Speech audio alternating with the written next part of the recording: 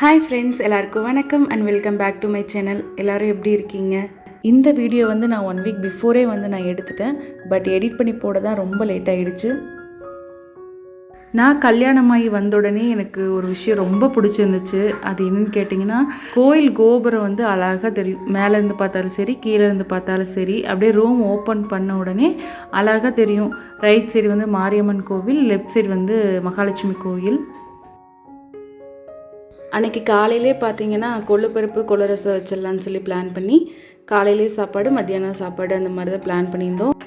வெஜ்ஜும் சரி நான்வெஜ்ஜும் சரி அத்தை நல்லா சமைப்பாங்க. அன்னைக்கு வந்து கொள்ளு ரசம் வந்து அத்தை தான் வச்சாங்க. குக்கரில் கொள்ளுப்பருப்பு, மஞ்சத்தூள், விளக்கெண்ணெய், தக்காளி இது கூட தண்ணி சேர்த்து நல்லா வந்து ஒரு 5-6 விசில் விட்டுருங்க. விசில் அடங்கினதுக்கப்புறம் தண்ணியை மட்டும் வடிச்சுக்குங்க. தக்காளியோட வடிச்சிட்டு அந்த தண்ணியை வந்து நல்லா கரைச்சிக்குங்க. கரைச்சதுக்கப்புறமா வந்து கூட புளி தண்ணி மிக்ஸ் பண்ணிக்கோங்க. இங்கே வந்து தக்காளி ஆறல, அதனால் அத்தை தண்ணியை எடுத்து கரைச்சி உள்ளே மிக்ஸ் பண்ணிகிட்டு இருக்காங்க. சின்ன வெங்காயத்தையும் பூண்டையும் வந்து இடிக்கல்ல தட்டி சேர்த்துக்குங்க. அதிலே பார்த்தீங்கன்னா கொஞ்சமாக பெருங்காயத்தூளும் கொஞ்சமாக ரசத்தூளும் சேர்த்திக்குங்க. அப்புறம் நார்மலாக நம்ம எப்போவும் ரசம் தாளிக்கிற மாதிரி தான் எண்ணெய் விட்டுட்டு கடுகு, கருவேப்பிலை, வரமிளகாய் சேர்த்து நல்லா வதங்கினதுமே அந்த கொள்ளு தண்ணியும் உள்ளே ஊற்றி உப்பு, கொத்தமல்லி தலையெல்லாம் தூவி ஒரு கொதி வந்ததுமே இறக்கிடணும். அதிகமாக கொதி வந்தால் இது நல்லா இருக்காது. இதிலே வந்து தாளிக்கும் போது சின்ன வெங்காயம் சேர்த்து தாளித்து விட்டு பாருங்கள், இந்த டேஸ்ட் ரொம்பவே நல்லாயிருக்கும். அத்தை வந்து சைடில் கீரை கட் பண்ணி கொடுத்துட்டு இருந்தாங்க. பருப்பு மற்ற வச்சு நல்லா கடைஞ்சிட்டு அதை தாளிச்சும் விட்டுட்டேன். தேங்காய் எண்ணெயில் தாளித்து விட்டு பாருங்கள், அந்த டேஸ்ட் ரொம்பவே நல்லாயிருக்கும். தேங்காய் எண்ணெயில் வந்து கொத்தமல்லி, சீரகத்தை வந்து உடச்சி போட்டுட்டு கூட வரமிளகாய், கருவேப்பிலை, சின்ன வெங்காயம், பூண்டு எல்லாம் சேர்த்து நல்லா வதக்கி உள்ளே கொட்டிடுங்க. ஆறுனதுமே கொஞ்சமாக உப்பு சேர்த்து மிக்சியில் 2 பல்ஸ் கொடுத்து எடுத்து வச்சுருங்க. கீரையும் அத்தை கட் பண்ணி கொடுத்துட்டாங்க. ஸோ அதையும் நான் வந்து கையோட தாளித்து விட்டுட்டேன். யாரெல்லாம் சொல்லுங்கள் காலையில் காஃபி டீ குடிக்காமல் இருக்க மாட்டீங்கன்னு. நானும் அப்படி தான்.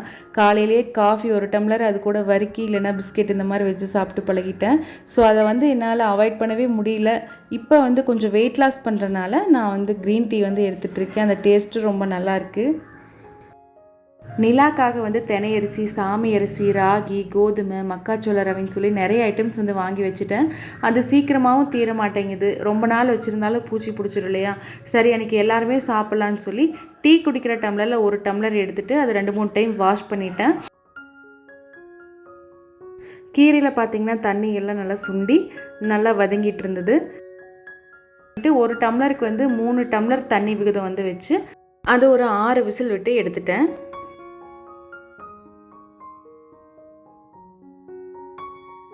கீரையும் நல்லா வெந்துருச்சு. லாஸ்ட்டாக வந்து தேங்காய் துருவல் சேர்த்திட்டு இறக்கிடலாம்.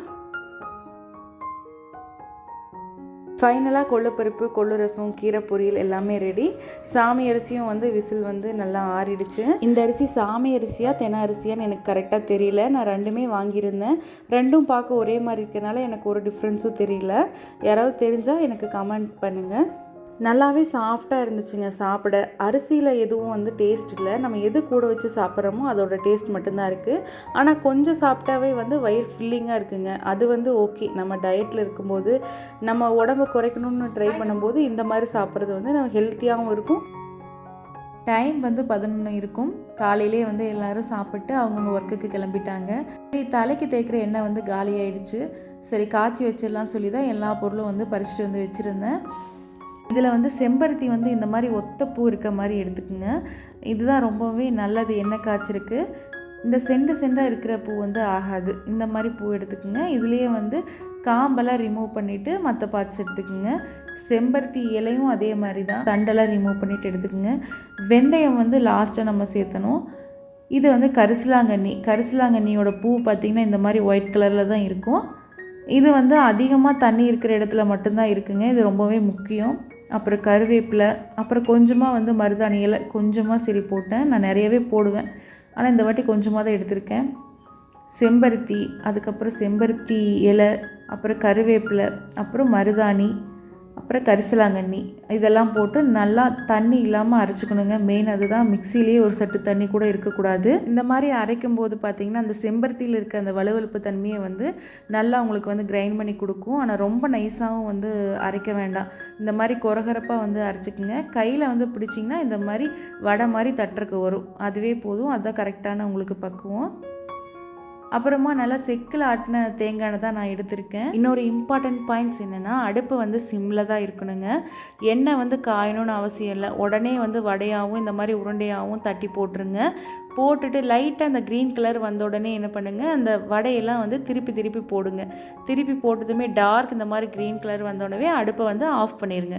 நிறைய பேர்த்துக்கு தெரிஞ்சிருக்கும் இதோட பேர் என்னென்னா வேம்பாலம்பட்டை. இது நாட்டு மருந்து கடையில் வந்து உங்களுக்கு கிடைக்கும். இது வந்து ரேட்டும் கம்மி தான். இது வந்து ட்ரை பண்ணி பாருங்கள், ரொம்பவே நல்லாயிருக்கு. முடி நல்லா பிளாக் ஆகுதுங்க. இந்த வேம்பாலம்பட்டையும் கூட வந்து அந்த வெந்தயம் எடுத்து வச்சுருந்தேன்ல அதுவும் கொஞ்சம் சேர்த்திட்டு எண்ணெய் அந்த ஆறின எண்ணெயை வந்து நல்லா வடிகட்டியில் வடிச்சுக்குங்க. என்னோடய வடிகட்டி கொஞ்சம் ஓட்டையாக தான் இருக்குது, இருந்தாலும் அதை தான் வச்சு நான் வடிக்கிறேன். எண்ணெயோட கலர் பார்த்திங்கன்னா நல்லா டார்க்காக க்ரீன் பிளாக் கலரில் இருக்குது. இதுவே நெக்ஸ்ட் டே பாருங்கள் என்ன கலரில் இருக்குன்ட்டு நான் காட்டுறேன் உங்களுக்கு. அன்றைக்கி மதியமே பார்த்திங்கன்னா நல்லா சாப்பிட்டு பாப்பா வந்து தூங்கிட்டா.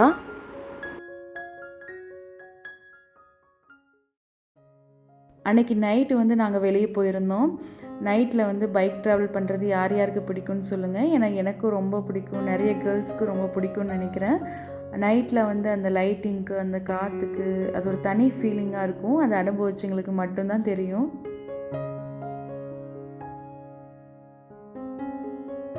எதுக்காக வெளியே வந்தேன்னா, என் ஹஸ்பண்டோட க்ளோஸ் ஃப்ரெண்டு, சைல்ட்ஹுட் ஃப்ரெண்டுங்க. அவங்களோட அக்காவுக்கு வந்து 2 ட்வின் பேபி பிறந்திருக்காங்க, 2மே பசங்க.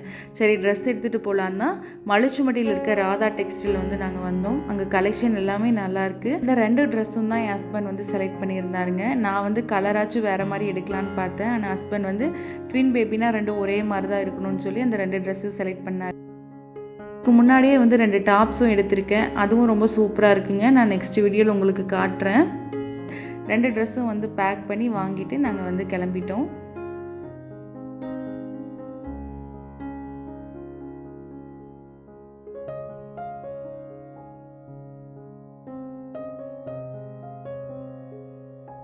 போகிற வழியிலேயே வந்து அறம் ஹோட்டல்னு சொல்லி ஒன்று இருக்குங்க மலுச்சும்பட்டியிலேயே. அங்கே தான் வந்து காளானும் நான் வந்து பானிபூரியும் வந்து ஆர்டர் பண்ணி சாப்பிட்டோம். காளானும் நல்லா இருந்துச்சு, ஆனால் காளான் விட பானிபூரி டேஸ்ட் உண்மையாகவே சூப்பராக இருந்துச்சு. ஹஸ்பண்டுக்கு வந்து பானிபூரினாவே ஓட்டிகிட்டு இருப்பார், அது ஒரு பேடு கமெண்ட் வச்சு. பட் அவரே வந்து இன்னொரு பிளேட் ஆர்டர் பண்ணி சாப்பிட்டாரு. அந்தளவுக்கு டேஸ்ட் சூப்பராக இருந்துச்சு. நிலா பாப்பாவோட ஃபஸ்ட்டு பர்த்டேக்கு வந்து இங்கே தாங்க கேக் ஆர்டர் பண்ணியிருந்தோம். பிங்க் கலர் பேபி டால் மாதிரி. அது லுக் வைஸும் சரி டேஸ்ட் வைஸும் சரி ரொம்பவே நல்லா இருந்துச்சு. அந்த ஃபோட்டோஸ் இருந்தால் உங்களுக்கு வந்து அட்டாச் பண்ணுறேன், நீங்கள் பாருங்கள். அப்புறம் லாஸ்ட்டாக அவர் ஒரு டீ குடிச்சிட்டு ரிட்டன் வந்து நாங்கள் வீட்டுக்கு கிளம்பிட்டோம்.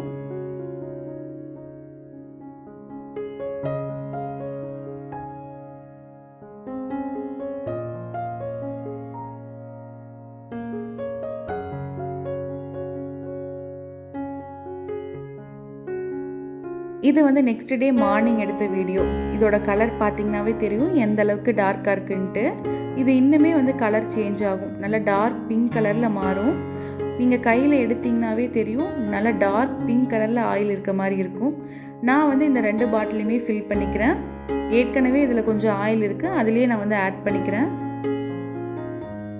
எனக்கு வந்து இந்த 2 பாட்டிலுமே வந்து 1 மாதத்துலேருந்து 1.5 மாதம் வரைக்கும் வரும். 2 பாட்டிலுமே ஃபில் பண்ணிவிட்டு எக்ஸ்ட்ராஸ் கொஞ்சம் இருக்குது. இதை வந்து வெளியும் ஸ்டோர் பண்ணலாம், ஃப்ரிட்ஜ்லேயும் ஸ்டோர் பண்ணலாம். நான் வந்து ஃப்ரிட்ஜில் தான் ஸ்டோர் பண்ணுவேன். ஓகே, இதோட வந்து இந்த vlog வந்து நான் கம்ப்ளீட் பண்ணிக்கிறேங்க.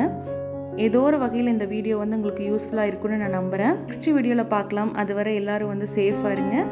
டாட்டா பாய்ங்க.